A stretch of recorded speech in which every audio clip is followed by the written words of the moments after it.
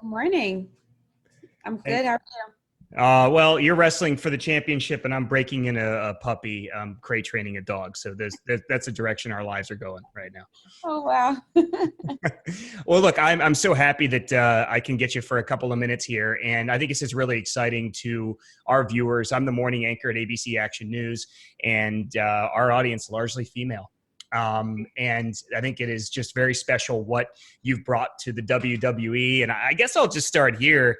When I was growing up watching the WWE, much different with how women were portrayed and how they were the roles they played on the air. Can you talk about the strides that the WWE has made with women empowerment and the women's division that you're very successful in?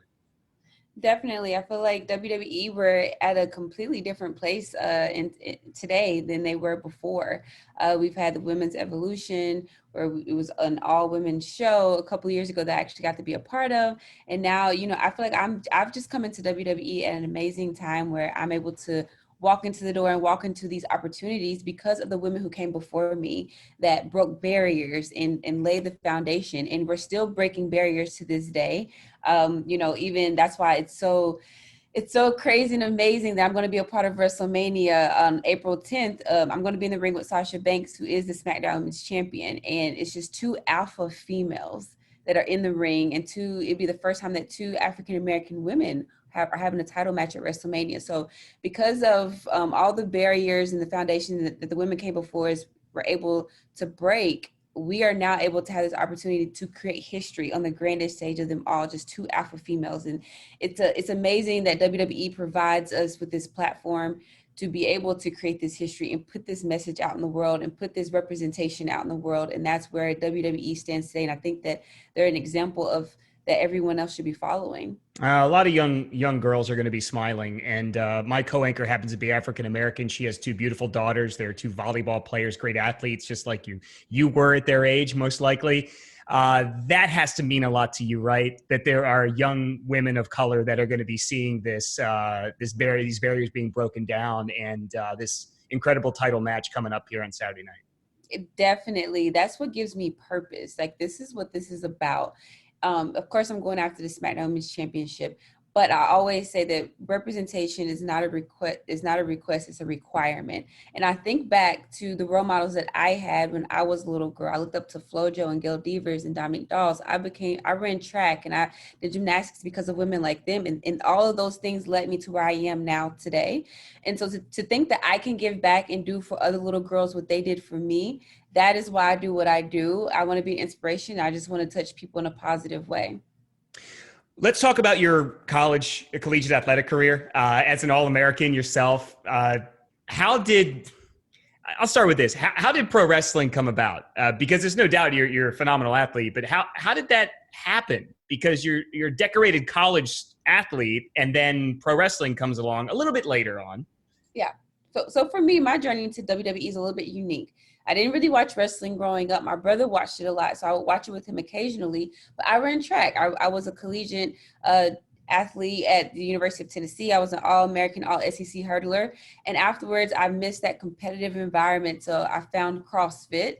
And I used to make my own outfits. I would come out in these big bows and tutus, and I would grab the microphone and talk on the microphone and do cartwheels in the middle of like my competition. So I caught the eye of, he's a Hall of Famer now, Mark Henry. And he contacted me. He was like, hey, have you ever thought of being a WWE wrestler? You have the look, you have the athleticism, you're wearing these elaborate outfits, you can talk to people. And ironically, I was just looking about online to enter in my information. So I'm like, this is either too good to be true or this is a perfect fit. And it happened to be a perfect fit. He told me, I believe in you. And when you have a Hall of Famer that believes in you, you go with it. And he said, I can get you a tryout, but I can't get them to hire you. I can't get them to like you. And so I had to do that part. And I've been here. And it's just crazy to think that I never imagined myself being a WWE wrestler, but now that I am, I can't imagine myself doing anything other than what I'm doing now. And I feel like wrestling found me. It's like my soulmate, and this is my purpose in life. And I've completely fallen in love with it. Wow, so it satisfies all the competitive urges that you had when you were in college and competing at that level. Yes, I'm able to use every part of who I am. I want to use all of my talents. I'm able to use my athleticism, my creativity. I'm making sew my own gear now. So even when I see an action figure of me or I see myself in a video game, it's gear that I made. I get to talk to people. I get to connect and interact with people. So I feel like I'm using myself to my full potential being in WWE. That's fantastic. Look, Sasha Banks, she's no slouch either. You have to take her on Saturday. You guys have a pretty cool rivalry going on. Your performance at the Rumble, that's definitely a career highlight, right? That has to be something you'll remember the rest of your life. Oh yeah, winning the Women's Royal Rumble, being the last woman standing out of 30 women, on all out of all three brands, Raw, NXT, SmackDown, and Legends. It's an amazing feeling, and you punch your ticket to WrestleMania, which is when you're in WWE, everyone wants to go to WrestleMania. Like that's the dream, that's the goal. The And Super I'm Bowl. Yeah.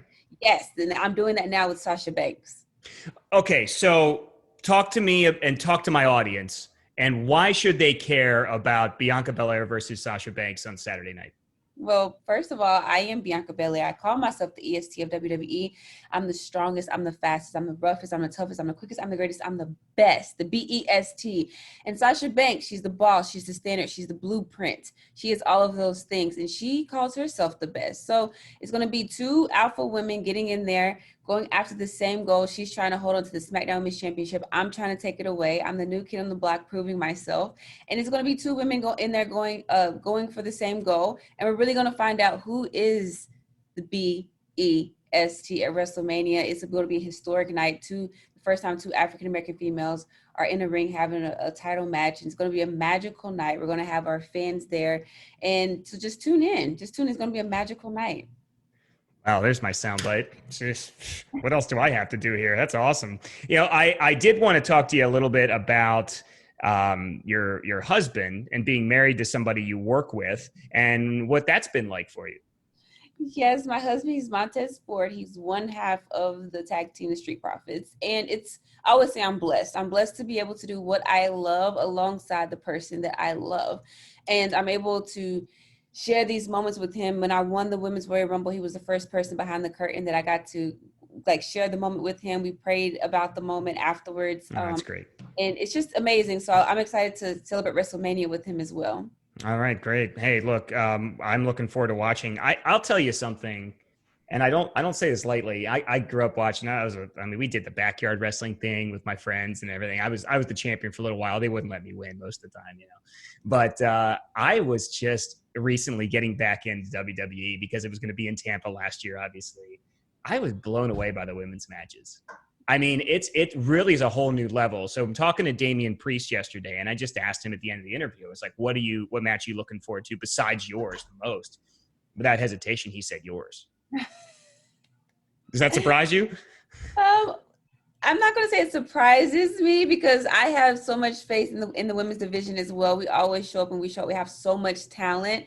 And but I see all the hype online, and we have so much support from everybody backstage. So I'm excited about our match. So I love hearing that other people are excited about it as well. I'd be remiss if I didn't ask you about being back in front of fans after a year. I'm sure you loved your Royal Rumble moment, and I'm sure it meant the world to you. But now you get a chance to return to try and do something really special and have that WrestleMania moment in front of fans.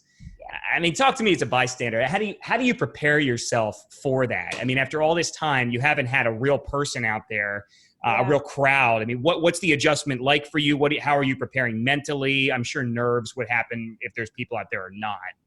Yeah, I mean, of course, I'm definitely nervous. But I know that being nervous means I care, and it's okay to be nervous just as long as you're not scared. So I'm definitely nervous. I haven't been in front of fans in about a year. I debuted on Raw, SmackDown, and I won the Royal Rumble in front of no fans. So coming out now and having 25,000 fans over the first time in over a year, it's going to be very different. But the fans put smiles on our faces. I can't wait to hear the cheers and the boos and hear the vibration from the audience. I'm just going to soak it in. And when I do my entrance, I just want to soak it in. And I want to try to look every single person in the audience in their face and just embrace that moment because we've missed our fans so much. It's weird to say that it might feel weird to have fans because we've been so long without them. Yeah, I get that. But I'm excited. It's going to be a family reunion. Take me inside the business just a little bit before I let you go. You know, you go out there. I guess you expect a certain reaction, right? If you're the baby face or the heel, you have what do you do when you don't get the reaction you're expecting? I mean, how are you trained or taught a certain thing, or do you just roll with it, or is it? I mean, tell me about that, because I can only imagine, like, you know, sometimes certain cities, maybe the heel gets cheered, certain cities the baby face gets booed, or people don't, you know, aren't feeling them, kind of like what Roman Reigns went through a couple of years ago. How does that all work? It definitely it happens. I mean, of course, you know, if you're the good guy, then you want to get cheered. If you're the bad guy, you're expecting to get Yeah. booed. But sometimes it depends on where you are, what the crowd is. But the thing is that we just roll with the punches, and it's about interacting with the fans and connecting with the fans, and you kind of roll with the punches. And either sometimes the fans get to decide who you are. If they're booing you that night, then you're like, well, I guess I'm the bad guy tonight, and you kind of just roll with it. Or you can take on the challenge and you go and try to prove yourself and try to win the crowd over. And sometimes it really works if you're coming out and they're booing you and you're like, no, I'm gonna win you guys over. And by the end of the match, they're cheering you. So you kind of just roll with it. And you always want to try to give the fans what they want, but it's just an interaction. It's a connection with the audience. Bianca, I was really proud to get a chance to interview you. We're all watching Saturday night. How do you beat Sasha Banks? How do we know if things are going well for you? How do we know if things aren't going so well for you as we watch? Listen, Sasha is the boss. She's the standard. She's the blueprint. She is the best. And I know that. And the competitor in me, I don't run from competition. I know that in order to be the best, I have to get in the ring with the best. So I call myself the EST of WWE. I am going to have to use all of my ESTs. I'm going to have to be the strongest, the fastest, the roughest, the toughest, the quickest. I'm going to have to be the greatest to beat Sasha Banks. So I'm going to be relying on all of my ESTs in the ring. There's really no way to prepare other than to rely on my own talents and just go in there with grit and determination and just take what I feel like belongs to me. And that's the SmackDown Women's Championship. No, go get it. Thanks so much. We're going to have you on the show tomorrow morning on Good Morning Tampa Bay. I don't know if you're staying at a hotel, you live in Tampa, or whatever else, but hey, turn us on, because I guarantee you we're the only local news station that's going to be doing WrestleMania coverage. And it helps when one of your main anchors is a huge wrestling fan. So, all right, Bianca, thank you so much for your time. Good luck. Thank you.